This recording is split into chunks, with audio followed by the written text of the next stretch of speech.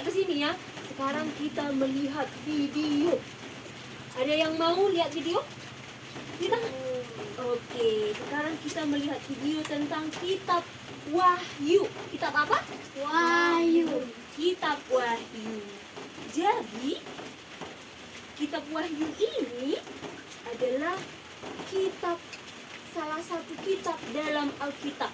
Ada yang punya Alkitab di sini? Ya, turunkan tangannya. Jadi, kitab Wahyu ini adalah kitab terakhir dalam Alkitab. Ada yang pernah buka Alkitabnya enggak? Hah? Ada? Jadi nanti ditengok dulu Alkitabnya ya.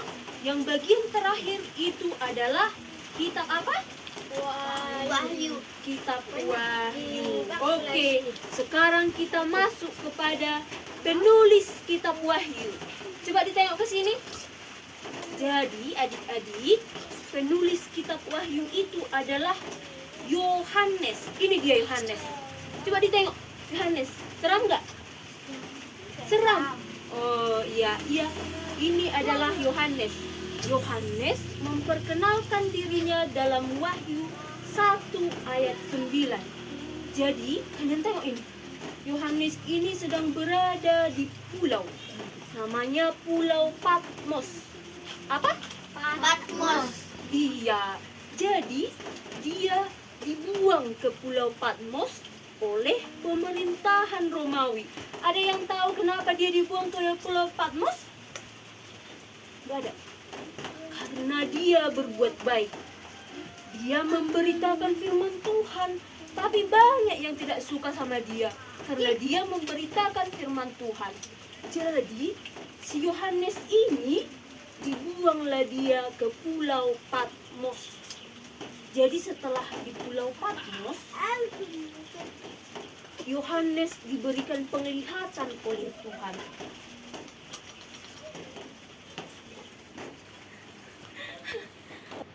Jadi, si Yohanes tadi dibuang ke sana sebagai hukuman dari pemerintah karena pelayanan dan dalam memberitakan firman Allah.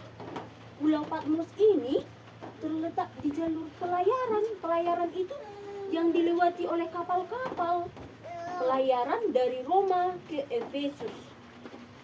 Jadi, Pulau Patmos ini sepi dan tandus. Takutnya kalian di tempat yang sepi? Ya kan? Jadi mereka dibuang ke tempat yang sepi dan tandus. Tandus itu artinya tidak ada air. Coba, di sini ada air tidak? Ada air kan? Berarti ini bukan tempat yang tandus. Jadi di Pulau Patmos ini, Yohanes bekerja sebagai pekerja tambang. Dan pada waktu raja yang membuang dia meninggal, dia kembali ke kota asalnya, namanya kota Efesus. Kota apa?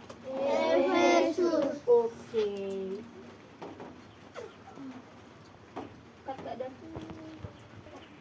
Nah, ini dia petanya. Kita lihat petanya ya. Ini Pulau Patmos. Tengok, kecil kan pulaunya? Di sinilah yang gak ada air dan tempatnya sepi. Jadi setelah raja yang tadi yang membuang dia meninggal, dia dipindah, dia bisa pulang ke Efesus. Ini ke Efesus, jauh kan? Dia pulang ke Efesus. Selanjutnya, Rasul Yohanes ini menulis. Di sini dia menulis kitab Wahyu. Ini tadi dia si Yohanes.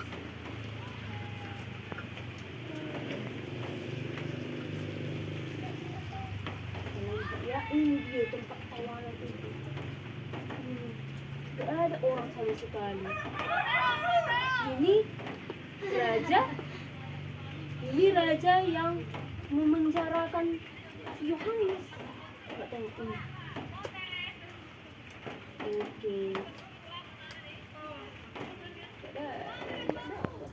Sekarang kita masuk ke situasi sosial dan politik yang ada di sana ketika Yohanes itu dibuang. Jadi Rasul Yohanes ini diasingkan ke Pulau Patmos pada zaman Kekaisaran Romawi yang diperintah oleh Kaisar Domitianus. Kaisar siapa tadi? Domitianus. Iya. Jadi Kaisar Domitianus ini sangat kejam. Dia adalah seorang raja yang pengen diakui sebagai Tuhan. Kalian tahu Tuhan itu siapa? Yesus Kristus. Jadi selain Yesus Kristus itu tidak ada Tuhan yang lain. Padahal si Yohanes ini, Domitianus ini, dia ingin diakui sebagai Tuhan. Jadi setiap orang yang datang ke kerajaannya, dia kan raja tadi kan? Setiap orang yang datang ke kerajaannya itu harus memanggil dia sebagai Tuhan. Memanggil dia sebagai apa? Tuhan. Iya. Dia juga membuat peraturan di dalam kerajaannya kalau orang-orang yang datang itu tidak memanggil dia sebagai Tuhan, mereka akan dihukum. Mereka akan dibunuh. Kalau mereka tidak mau memanggil Domitianus ini sebagai Tuhan. Jadi orang-orang Kristen di sana menerima penganiayaan. Mereka dianiaya. Siapa yang tahu? Kayaknya itu dianiaya. Disiksa. Iya, betul sekali. Dan ada juga yang dipenjarakan, dibunuh, dan lain sebagainya. Pokoknya mereka tersiksa lah dibuat karena mengikut Kristus.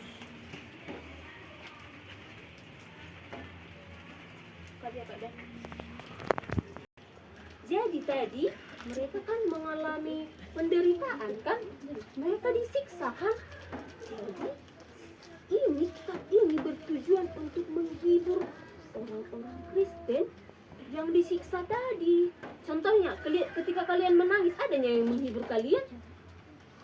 Contohnya ada temannya, ketika kalian menangis kan, adalah datang temannya. Hei, jangan menangis kau teman. Bilang gitu, ada yang pernah kayak gitu? Enggak. Oh, berarti mulai sekarang kalau ada temannya menangis, harus dihibur. Betul sekali.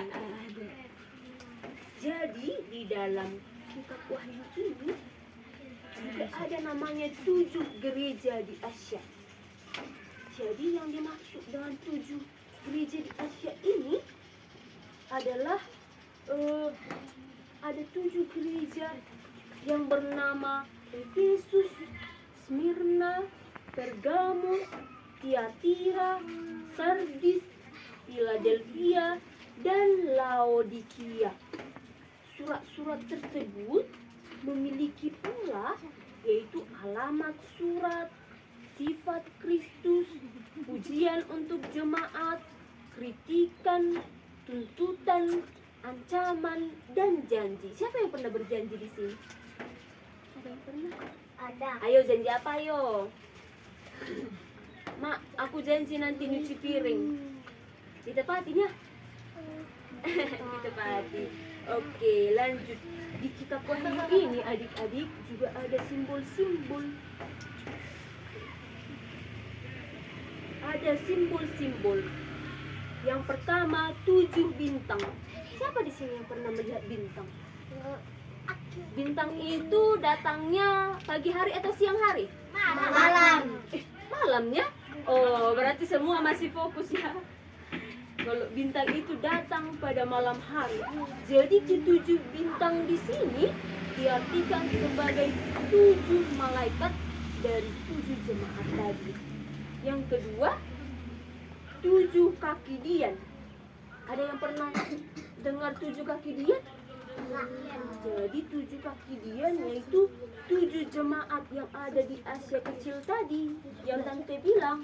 Baru selanjutnya ada 7 obor menyala-nyala.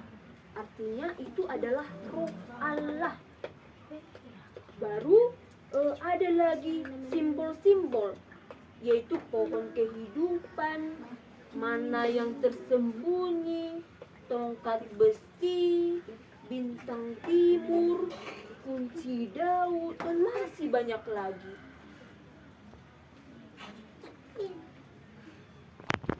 Ya, kita nonton video pentingnya mempelajari kitab Wahyu. Kitab Wahyu ini bisa kalian pahami nggak yang Tante jelaskan tadi? Sulit dipahami kan? Ya, memang isi dari kitab Wahyu ini agak sulit dipahami karena isinya tentang simbol-simbol tadi. Jadi simbol-simbol yang Tante ceritakan tadi kenapa? Oke, dikit lagi ya Tante itu. Oke kakak, tengok ke sini ya kakak, biar selesai ya kakak. Oke, semua nengok ke sini. Jadi walaupun kitab Wahyu ini sulit dipahami, kita harus tetap mempelajari kitab ini. Karena apa? Karena kitab Wahyu ini adalah bagian dari Alkitab. Jadi Alkitab itu, ada yang tahu apa itu Alkitab? Isinya apa? Firman Allah, firman Tuhan.